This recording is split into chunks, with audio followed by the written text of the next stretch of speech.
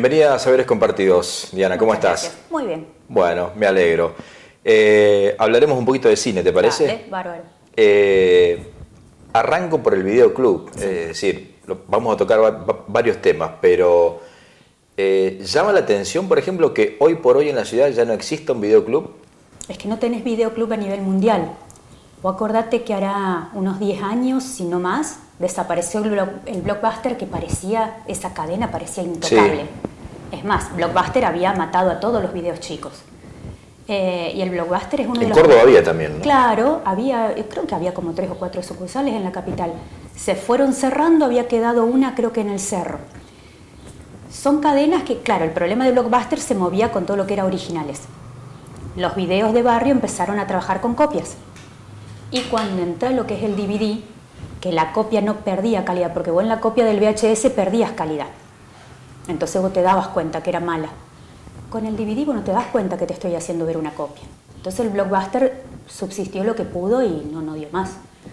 Y acá en los videoclubes también pasó lo mismo. Acá fue pasando que, a ver, con el sistema de internet que tenemos en la ciudad, que uno puede descargar la película que quiere. En una época había mucho streaming, o sea, vos podías ver directamente en la compu, ves cuando querés, cuando tenés ganas la peli que querés.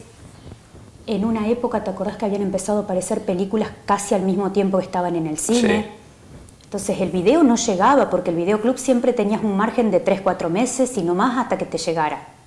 Entonces no había forma. Demasiado duró el último video. Claro. Ya estaba a los empujones. Por lo que yo me acuerdo, había unos 15 clientes fijos que se habían acostumbrado a comprarlas. O sea, ya había perdido lo que era el sistema del alquiler. Ya era el tema de ir, compro la peli, así un poco a ciegas. Ahora, en el último tiempo, Sí. ¿se tornó costoso también, por ejemplo, mantener un videoclub? Es decir, si uno pretendía, por ejemplo, comprar películas originales, Sí. ¿era inviable? Era inviable por el tema de que vos tenías 2 alquileres y se arruinaba la película. Por más que el original... Ni siquiera cubrías el costo de la película. A nosotros nos había pasado. Después hasta habías perdido el tema de los viajantes. El viajante vos antes te venía una vez por mes, te tomaba el pedido del mes y después te lo enviaba por correo. Habían llegado al punto en que ya no venían los viajantes porque no les rendía a ellos. Ellos te mandaban un catálogo, te decían que los vieras por internet y te decían, bueno, hacenos el pedido. Y después, viste, el pago lo hacías por el banco, o sea, ya ellos empezaron a marcar una distancia. Después te forzaban a una determinada cantidad de películas. Ellos te forzaban, por ejemplo, que compraras 3 películas por mes. ¿Qué pasaba? Vos en el momento que salía en el videoclub, la película tenía un costo que 3 meses después, cuando salía en venta directa, bajaba 1/3. Entonces, no había forma de que llegara, pero en general el problema grave de la película original era eso, que se te arruinaba. Por buena calidad que tuviera, era el mal uso y el destrato, o la cajita que se soltaba, lo que fuera, pero vos por ahí la alquilabas menos de 10 veces y no servía más. ¿Pasaba lo mismo con el VHS, por ejemplo? Sí, porque tenías el VHS, lo que pasaba es que lo rescatabas. El VHS, vos tenías la cinta, se te enganchaba en la videocasetera, Sí. venía siempre el cliente que se le había enganchado a la peli. Vos esa cinta la podías editar. Había un aparatito que era una especie de, ¿cómo te explico? Como si fuera una cajita de montaje. Tiene el mismo principio que como se montan las películas de cine. Se trababan las 2 partecitas y con una hojita de afeitar cortabas la cinta y se emparchaba. Era como una especie de cinta adhesiva que lo que hacía era no juntar pelusa. Entonces, cuando vos veías la peli, pasaba un borrón, pero seguías viendo la peli. El DVD, si tenías un rayón feo, se te trababa la película y no había forma. Claro. El DVD para colmo era una lotería, en el sentido de que según cómo es la raya, según no nomás la profundidad, sino el tema del ángulo en que fue rayada, vos la podés ver y a lo mejor Claro. yo no. Incluso el aparato mismo del Eso reproductor, también, ¿no? sí. Porque yo recuerdo que había incluso aparatos de reproductores de DVD, las marcas más reconocidas, por ahí algún DVD de los denominados truchos, Sí. no se leía. Así que también tenías Al una lotería principio en ese eran sentido, mucho ¿no? más sensibles las máquinas, que necesitaban que fueran originales. Después como que las mismas empresas fueron aflojando. Las últimas máquinas te leen cualquier cosa. Pero pasaba eso, con las segundas marcas tenías como más margen. Podías poner cualquier tipo de DVD con cualquier tipo de ralladura y lo toleraba. Claro. Agarraste la época del video con el VHS también, ¿no? Sí, claro. sí. Es más, nosotros sufrimos el tema del cambio. Cuando se quería imponer el DVD y que todavía no sabíamos qué hacer. Vos tenías empresas acá que venden electrodomésticos que te decían, por favor traigan películas en DVD, porque si no yo no puedo vender el reproductor. Y nosotros que no nos animábamos a traer las películas porque había 2 reproductores en todo el pueblo. Y se había armado un circuito medio trabado. Hasta que por ahí el dueño del video se animó y dijo, bueno, vamos a empezar a traer de a poco. Por ejemplo, en ese momento, cuando empieza a producirse el cambio del VHS sí. al DVD, ¿el costo era similar o era más caro el DVD? Para que haga memoria. Me parece que era un poquito más caro el DVD, me parece. La verdad no me acuerdo de eso. Sí me acuerdo que durante un buen lapso, que habrán sido 2 años, vos tenías la película en los 2 formatos. Claro. Después empezaron como a cambiar. Por ejemplo, la película de taquilla sí venía en los 2 formatos. La película de segunda línea a lo mejor ya salía en DVD. Directamente. Como para forzarte. Lo que pasaba que al ser segunda línea vos directamente no la comprabas. Pero habían empezado a adaptar así. No obstante, digamos, la gente a lo mejor en casa seguía manteniendo la reproductora VHS. El tema del VHS eran los videos familiares. Claro. Vos tenías el del casamiento, el del 15 de la nena, el del viaje a estudio, todo en VHS. Y en esa época había gente que tenía mucha cantidad y no era el que todavía se hace, no era el tema de ir a una casa de fotografía y decir, pásamelo a DVD. Porque era una locura. Y había gente que te decía, sí, yo lo paso a DVD, lo vuelvo a ver una vez y nunca más. Porque, a ver, el video del casamiento sí, lo ves en ese día. Exactamente, después no se ve nunca más. Ya, pero además, el trabajo del paso de un formato a otro es muy complejo, le da mucho tiempo. Sí, no es algo que, por ejemplo, no es algo que podés hacer casero. Hay maquinitas que han venido que lo podés hacer en la computadora, yo los he visto. No te queda buena calidad de imagen. Entonces, sí o sí tenés que ir a alguien que tenga equipos profesionales. ¿En qué época fue? ¿Recordás, digamos, la explosión del videoclub arrancando con el VHS? Y acá fue en mitad de los 80. Yo no me acuerdo bien, debe ser 86, 85. Estaba mirando que el aparato, el cassette en sí, el VHS, surgió en el 76, pero a nivel Estados Unidos. Viste que acá te acordás que en esa época se demoraba todo un montón. Todo. A mí me suena en el mediado de los 80. Tiene que haber sido, sí, 87, 88, por ahí que ya hayan empezado los videoclubes acá. ¿Y el DVD entró en qué época? Después del 2000. Tenés 2001, 2002. Que ahí fue entre el 2000 y 2004, por ejemplo, 2003, que fue cuando estaban los 2 juntitos. Es más, hasta había aparecido una reproductora que era reproductora de VHS y DVD. Que después lo que nos decían era que en realidad la máquina no era muy buena porque vos estabas usando un solo motor para 2 cosas. El planteo era, vos mirás una película en DVD mientras grabás un programa de la tele en VHS. Pero la máquina te estaba funcionando doble con un solo motor. Eso era otra cosa por lo que la gente no quería cambiar al DVD. Vos grababas los programas de la tele.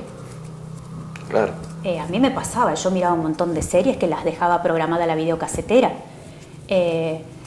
Justo el otro día estaba leyendo, claro, cambia cuando empieza lo que es el tema del cable on demand o que vos podías verlo en la computadora. Entonces ahí ya como que no te importa tanto grabar la serie. Pero los que somos medio fanáticos coleccionistas, ¿viste? A mí me dolió un montón. Por ejemplo, ahora tener DVD no puedes grabar la serie. Claro, pero por ejemplo, si tenés, vos decías, somos fanáticos, sí. Entonces guardás todavía una mística importante por el cine en sí. Sí. ¿Preferís el cine, por ejemplo? Sí. Yo tengo un problema con el cine que ahora se está generalizando mucho el tema del doblaje. A mí no me gusta ver las películas dobladas. Y por ejemplo acá como que no tenés muchas opciones para verla en versión original. A ver, te dicen que los chicos no tienen ganas de leer, que no llegan. Nosotros siempre hablamos con gente de mi edad. Nosotros veíamos películas y teníamos 8 o 10 años y ¿qué nos pasaba? Leíamos la primera línea del subtítulo y no llegábamos a la última. Segunda, pero sí. vos la película la ibas a ver y la sacabas por deducción lo que pasaba. ¿Qué pasaba? Tenías un entrenamiento de, vamos a exagerar, de un año así, o al segundo año volabas leyendo la película.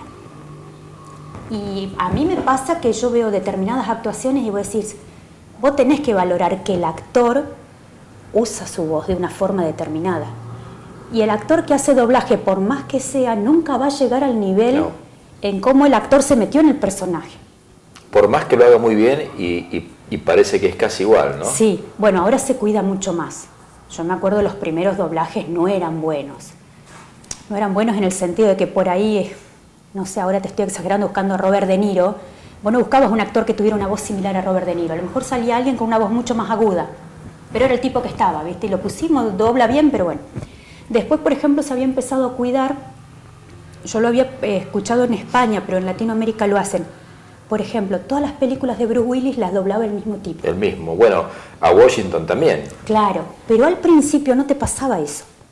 Por lo menos al principio en cine. Ahora vas y buscas en VHS o en DVD, te va a pasar que tiene la misma voz. Pero al principio vos tenías actores, para colmo, reconocidos así como, vamos a inventar Bruce Willis, y de una película a la otra te cambiaba totalmente la voz. Entonces no tenía mucho sentido. Pero, por ejemplo, yo la semana pasada vi El Guasón. La actuación que tiene Joaquín Phoenix, o sea, vos por mejor doblador que seas, nunca vas a llegar al nivel de lo que transmite el tipo. Pero porque el tipo hizo una transformación total. O sea, hay películas muy puntuales en donde vos tenés que ver la versión original. Hay otras que no. A ver, las comedias livianas.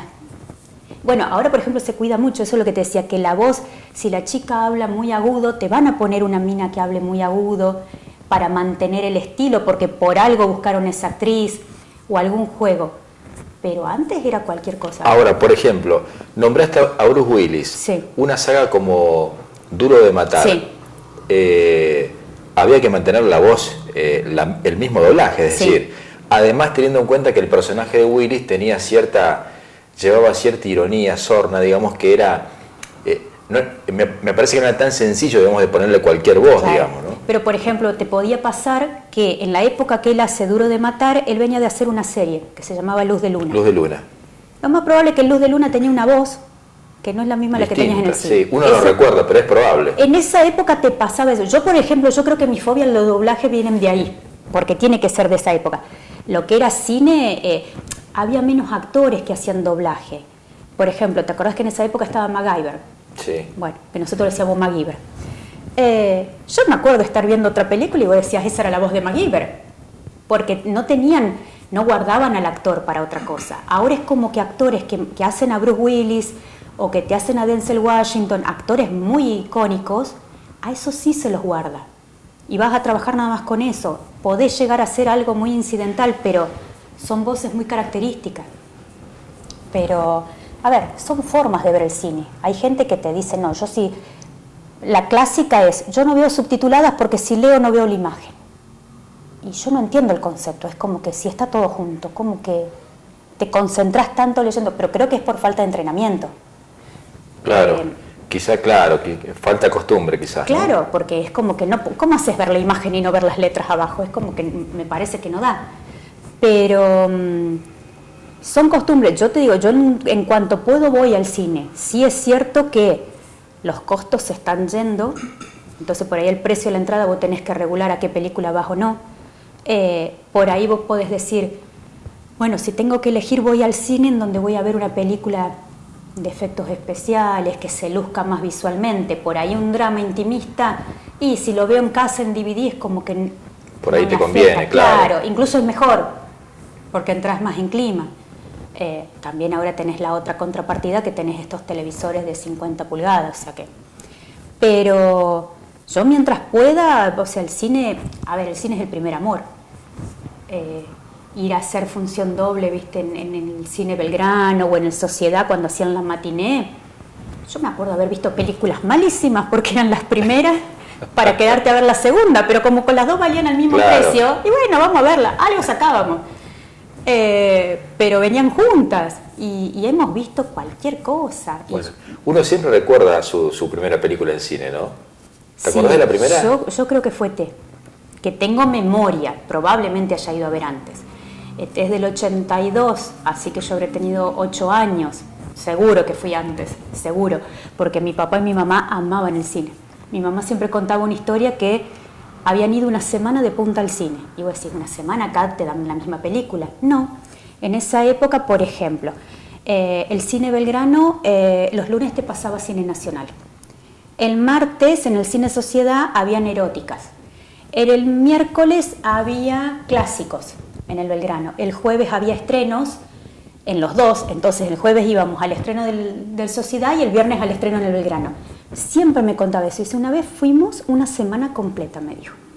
Así que imagínate yo la escuela del cine que tengo. Claro, que fueron, los dos cines fueron los que más lo sufrieron con esta aparición de la tecnología, sí. ¿Cierto?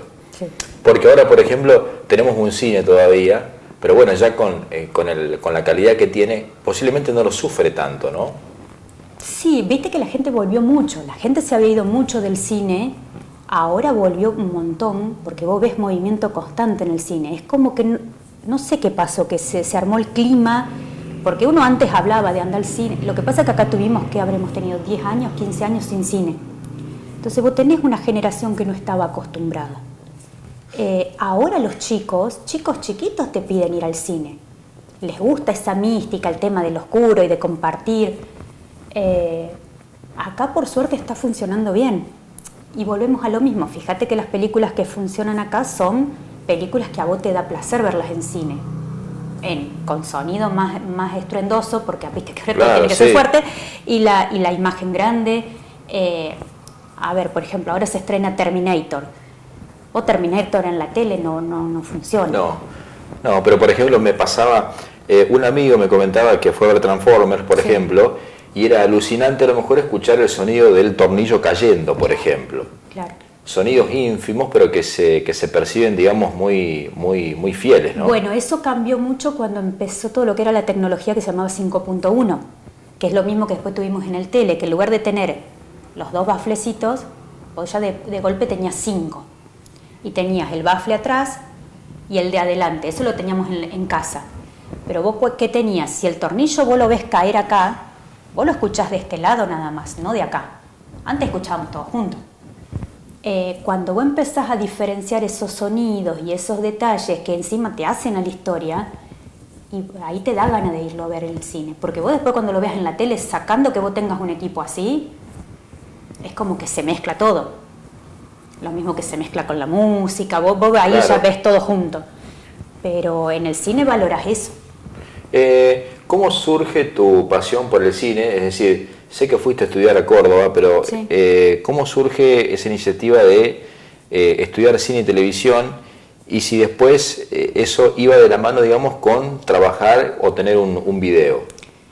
Lo que pasa es que, a ver, lo de estudiar en cine fue más de corajuda, Yo siempre amé el cine, me encantaban las películas, trataba de escribir las fichas técnicas, siempre de seguir rastros y en una época que vos no tenías internet, no tenías forma de buscar material más que lo que veías en un diario. Cuando me cuentan que la Universidad Nacional de Córdoba daban la carrera de cine, me fui de una.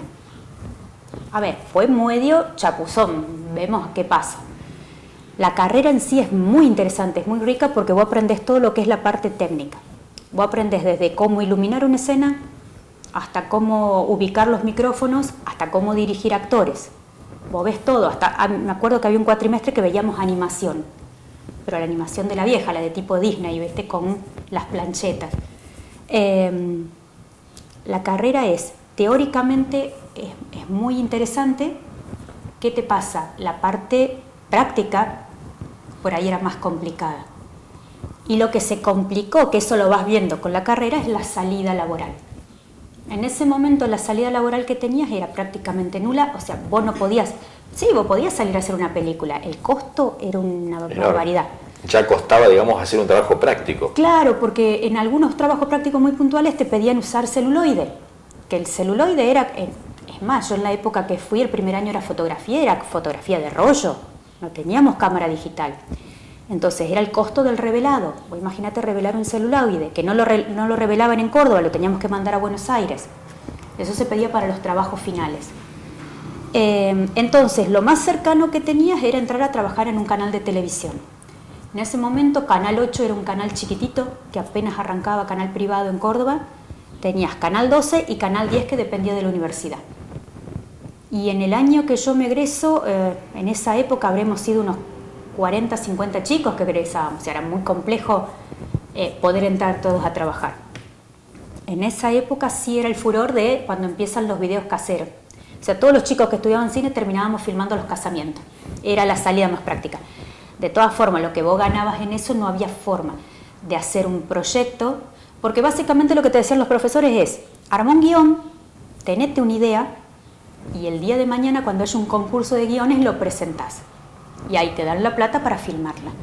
Si podés filmarla y tener un corto, mejor todavía, cuando haya un festival lo presentás. Pero era todo una inversión a largo plazo que también era que no relativa. sabías también si, claro, si iba a funcionar. Claro, también, entonces, bueno, cuando yo me recibo, vengo acá un tiempo para acomodarme, para no quedarme en Córdoba por quedarme, y surge que un amigo de la familia, el señor Braida, quiere comprar el video. Él se había jubilado y quería comprar el videoclub. Me dice, yo la verdad me acuerdo de películas de los años 50, dice, yo no sé qué película comprar ahora.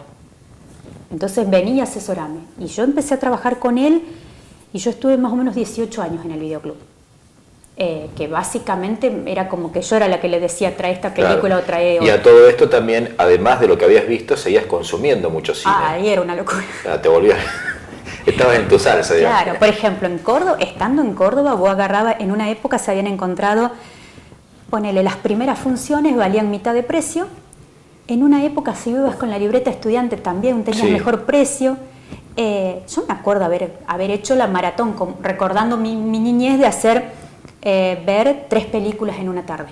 Yo había entrado en una función de las 2 y creo que salía a las 8, porque eran 2 seguiditas en el mismo cine y la otra era cruzarse la calle en el otro cine, pero yo calculando los horarios. Eso lo hice durante un montón de tiempo. En ese momento era como que no era tan cara la entrada, era razonable. Y más si ibas los días así, un miércoles a las 2 de la tarde. Pero bueno, de todas formas, para lo que es el trabajo del que tiene un videoclub, es importante porque te permite, digamos, asesorar, digamos, a la persona que viene, ¿no? Sí, una cosa te que... preguntan, digamos, por esto, cómo es. Claro, porque por ahí... ¿Qué buscan? Claro, pero aparte, porque primero que le empezás a conocer los gustos a cada uno, pero por ahí a veces vos leyendo el resumen que tenés atrás no te queda muy claro de qué se trata la película. Entonces yo por ahí te puedo decir, no, mira, esa es muy drama o aquella tiene golpe bajo, porque tampoco te la puedo contar mucho. A mí me retaban más de una vez, pues me decían, no me la cuente. Y yo a lo mejor la había resumido los primeros 2 minutos o 5, pero lo que pasaba mucho. Pero es para que vos sepas dónde estás parado. Pero aparte que a nosotros nos encantaba, o sea, estábamos con mi compañera también y por ahí era según los estilos. Por ejemplo, a mi compañera no le gustaba terror y a mí no me desespera, pero algunas cosas veía. A mí todo el terror muy desbordado, viste, que tripas y sangre, no. Suspenso, sí. Bueno, pero por ejemplo, me pasó que ver El Conjuro en cine fue toda una experiencia, ¿no? Sí, claro. Novedoso. Es que era otro tipo de película, es el terror nuevo. Pero vos fíjate que El Conjuro tenés secuencias de sangre, pero a ver, hay películas que han llegado al videoclub que no pasan por cine acá, que son esas que destripan gente. Y que vos lo único que ves es que mutilan gente y masacran, y la historia en sí. Es bastante floja, ¿Qué pasa? Vos tenés películas como El Conjuro que tiene una historia. Básicamente yo siempre digo que esas son suspensos más fuertes, pero no... Para mí el terror es medio relativo. El terror es... Para que tengas una idea, yo me acuerdo haber salido nerviosa de un cine viendo Pecados Capitales. Y la había visto a las 2 de la tarde. Claro. Y yo digo, para mí eso es terror. Claro. Porque vos sabés una película perturbadora. Por eso, entonces vos decís, y aparte vos decís, eso sí puede pasar. El personaje de esa película puede existir. Yo creo más en eso que en un loco con una motosierra.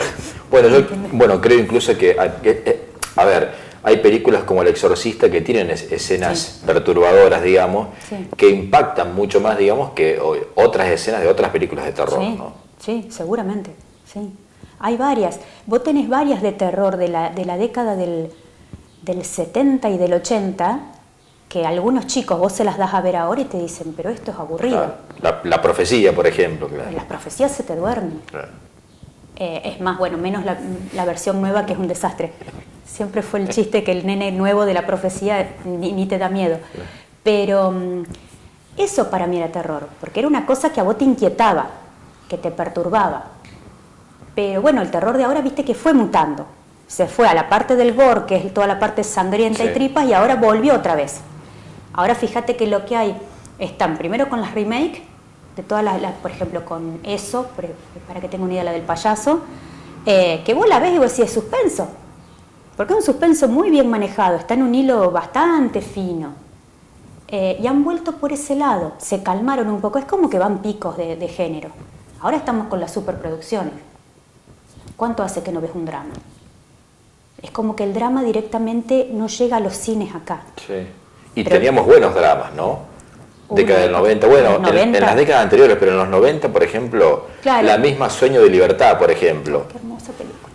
Claro, y esa llegó y nadie sabía lo que se esperaba.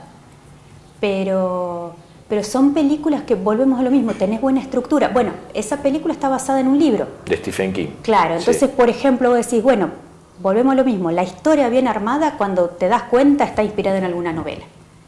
Si no, las historias clásicas, tenés muy pocas historias escritas directamente para cine que tengan contexto, es como que se está haciendo todo más rápido. ¿Hubo temáticas? ¿Notaste temáticas? Me hablabas, por ejemplo, de películas sobre juicios. Sí. Bueno, por ejemplo, películas sobre juicios fue en los 90, fue un disparador tremendo. Los dramas familiares vos los tenías en los años 70. En los años 40 tenías los musicales. Los grandes musicales fueron de los 40. ¿Cuál tenés ahí? En los años 40 vos tenías las guerras. Entonces, ¿qué había que hacer? Películas de comedia o musicales, todo lo que sea escapismo. Y ahora, a la larga, yo creo que en el cine se está planteando eso. Volvemos al escapismo. Por eso no te hacen dramas muy trágicos.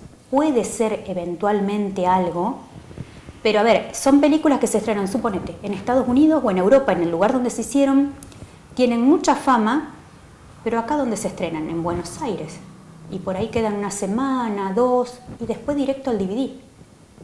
La mayoría de la gente es como que no quiere ver dramas. Ni en la tele querés verlo. Sí. Pero pasa eso, y creo que tampoco se bancan un suspenso que tenga un trasfondo de drama. A ver, el suspenso tiene que ser algo paranormal, entonces esa, bueno, ahí sí. Y lo que a mí me llama la atención es que se aflojó mucho en el tema de comedias. Comedias, acordate, en el año 2000, 2000 y algo, eran un furor. Y de todo tipo, desde el humor más guarango, el humor más clásico, hasta la comedia romántica. Ahora no ves comedias. No sé qué, si es que la gente varió mucho en estilo de humor, que como que no sabemos para dónde ir, porque por ahí podés pescar algo de humor negro, algo muy, muy sutil, pero ahora yo lo que veo son superproducciones. Sagas. Sí, entonces ¿qué volvemos? No hay ideas.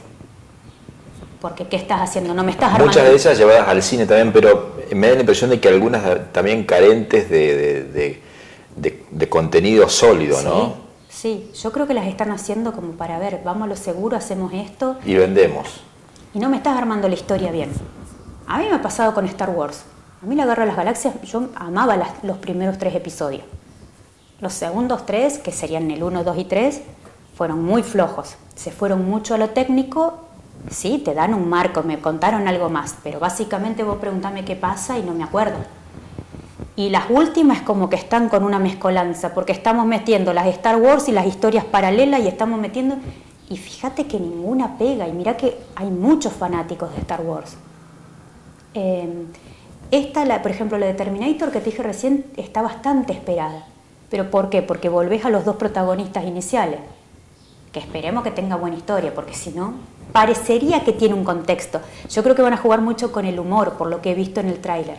O sea, el juego de la chica contra el personaje de Terminator, contra Arnold Schwarzenegger. Entonces, Bueno, nombraste un actor que es taquillero, que fue taquillero como Schwarzenegger, por ejemplo. El mismo Stallone incluso. Sí. Pero me pasaba que me daba la impresión de que había gente, por ejemplo, que confundía taquilla con buena actuación, porque te decían, qué buen actor Schwarzenegger. Sí. Cuando en rigor de verdad había otros tantos actores que digamos que eran de muchísima mayor calidad que Schwarzenegger. Sí. Incluso él es malo actuando, sí, digamos, ¿no? Sí. No, pero el qué buen actor porque la película era taquillera o tenía buena acción. Había esa cierta confusión, ¿no? Sí, y yo creo que todavía hoy te sigue. La gente lo que hace es ver, por ejemplo, ahora en cine, vos vas a ver una peli y bueno, que explote todo y que haya mucho ruido y mucho escándalo y es un peliculón. Porque el peliculón es eso. O sea, algo que te entretuvo. Después tenés otra tanda de gente que sí va a hilar más fino y te dice, che, bueno, pero no me contó nada. O pasó tal cosa. Yo tengo un problema, por ejemplo, la película El francotirador de Clint Eastwood, de hace unos 4 años, menos, 3 años. Estuvo nominada al Oscar como mejor película. De esa película se me han reído gente que estaba al lado mío en el cine. Perdón, ¿la quiso Bradley Cooper? Sí. ¿Actuó? Sí. Bueno, tenés 2 escenas en donde ellos están con un bebé y el bebé es un muñeco.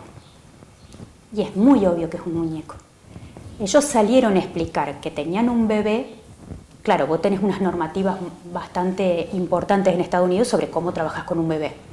Bueno, es, che, pase una señora, présteme el bebé que filmamos un ratito. El bebé que ellos habían pautado, creo que se enfermó. Y ellos tenían que filmar. Entonces se filma, ¿con qué hacemos? Era mucho más fácil un muñeco. El muñeco estaba bien hecho, todo lo que sea. Mi planteo era que vos tenés que hacer las tomas de otra forma para que no sea tan para obvio que no se muñeco. note. Si total me lo mostrás de lejos, zafa. Era como que faltaba que le hicieran un primer plano al bebé para que vos te dieras cuenta que era un muñeco. Entonces yo no te puedo decir que es una buena película. Yo con eso me distraje del resto. Vos me podés contar que la historia está buena.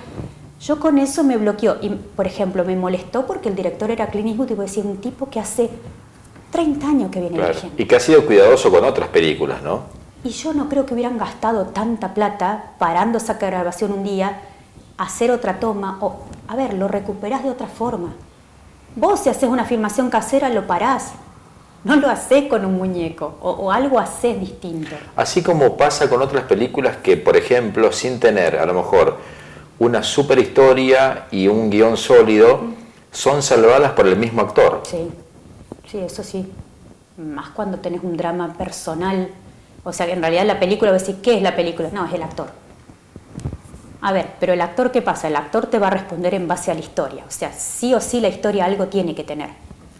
Porque sería muy raro que la historia sea muy sonzona, vamos a decirlo, y que vos digas, che, pero la película es buena. No, en última decís, qué bien que actuó el tipo, pero la historia no es gran cosa. Claro. Pero por lo menos llega, digamos, tiene que tener un poco de buena esa historia para llegar a un 6, por ejemplo. Un 5, sí, un 6. Sí. Y un 6 te digo, hoy por hoy es flojo. Porque, o sea, yo soy muy pretenciosa con las historias. Vos me tenés, es más, me pasa que las estoy viendo y por ahí algo me hace ruido y en el momento no me doy cuenta, pero viste cuando termino de decir, no, pero esto está mal. O sea, sí, tal parte de la historia está mal, me hizo ruido. Porque a veces se simplifica. En realidad puede pasar también que cuando vos editas la película, me sacaste un pedazo que es donde me explicabas lo que yo no entiendo. Y lo sacaste por otro problema, porque se vio mal o porque quedaba muy larga la peli y a mí me hace ruido ponerle. Entonces vos ahí ya no puedes decir, por más que la historia sea buena, que es un 10, porque algo te falló. Pero, y el actor, te digo, magia no hace. Si la peli es mala. Yo he visto una película con Al Pacino, ahora se me fue el nombre, era un policial. Y vos decís, che, es Al Pacino, pero la película es mala. Bueno, yo creo que pasa también, por ejemplo, en la televisión argentina, quedan todavía, hay una generación de viejos actores, sí, buenos actores, pero que se ven absorbidos por la mala actuación del resto, del que sí, está alrededor. Sí. Entonces se pierden. Sí, y más cuando vos tenés una historia que no es muy importante. ¿Qué pasa? El actor te la puede tratar de pelear todo lo que puede, pero si el otro chico no te sabe responder, a ver, vos cuando ves la escena vos volvés a decir lo mismo. Qué bien que actúa el tipo. El otro es un queso. Pero ¿qué hiciste? Perdiste el valor de la escena. La escena no te transmite nada. Hay varios actores, la mayoría de los actores jóvenes son bastante flojos. Y yo creo que también el problema que tenés es que por ahí el director no lo sabe manejar. A ver, si vas a una novela, las novelas acá en Argentina siempre sorprendió porque ellos les dan el guión esta tarde, que es lo que van a filmar mañana. O sea, el actor lee a la noche. Y sale mucho de improvisación después, ¿no? Y algunas cosas, o sea... O pareciera eso. Sí, vos necesitas elementos clave para que actúe, pero por lo menos lo que yo tengo entendido es que las novelas tratan de tenerla bien estructurada, puede haber una variante, pero claro, vos pensás, te estás estudiando el texto esta noche, que viniste cansado de que filmaste todo el día, y llegás esta noche, tenés una idea de cómo sigue y mañana ya lo filmamos. Cuando es una novela que vos venís ya 50 episodios, bueno, ya el personaje, el actor lo armó un poco, ya tiene una consistencia. Pero hay algunos actores que no hay forma. Y el director tampoco puede profundizar mucho porque no tenés tiempo. De todas formas, por eso las novelas empiezan a filmar. Fíjate que filman, por ejemplo, un mes antes, tienen guardados los capítulos para tener un margen. Claro. Pero ¿cuánto podés trabajar ahí con el actor? Vos pensás que una película, por ejemplo, vos te juntás con el grupo de actores antes. En Estados Unidos se usa mucho, no sé acá, de leer el guión sentados en una mesa y lo leen todos para saber cómo es la historia, porque si no, vos sos un actor que aparece en la mitad de la peli y no sabes de dónde viene la historia y decís tu parte, entonces no queda coherente con el resto. En cambio, si a vos te hacen leer todo el guión, vos entendés por qué decís y por qué haces determinadas cosas. En la parte de la novela no podés tener un parámetro, puede pasar con los actores principales, los de base, a eso sí vos le podés dar una estructura, pero la telenovela el problema que tiene, y vos te das cuenta en las de acá, que van modificándose sobre la marcha. Vos acá tenés novelas. Es muy evidente, sí. Claro, porque vos acá tenés novelas, por ejemplo, que empezó fulanito siendo el protagonista y ahora está como terciario. Pues ni siquiera es secundario. Y la historia va y viene y no sabes dónde puede terminar. Y la historia ya se fue mutando, claro, ya fue mutando tanto que vos decís, sí, el chico sigue trabajando porque tiene el contrato, pero vos ves que la historia no es la historia importante. En las novelas argentinas suele pasar que la historia central es como que pierde interés. Vos tenés los primeros 2-3 meses en donde todos estamos mirando la historia principal, después te aburre. Porque es tanto el histeriqueo y la ida y vuelta, te termina aburriendo y siempre te enganchás con una historia secundaria. Vos te pones a hablar con cualquiera que ve novelas y te habla de los dos personajes secundarios. Porque terminan siendo historias más ricas. Claro. ¿Por qué? No sé, porque voy a decir, ¿por qué no le das esa historia a los principales? Pero siempre pasa eso. Yo creo que es porque aburre, porque la típica, ¿viste? Los protagonistas no pueden estar juntos enseguida. Entonces tenemos que demorar. Darle vueltas. Y acá que hacemos novelas de un año. Diana, gracias por estar en Saberes Compartidos. No, por favor, gracias por haberme invitado. Seguramente tendremos otro contacto para ver más de cine. Bárbaro, cuando quieran. Gracias, un placer. Por favor, gracias igualmente.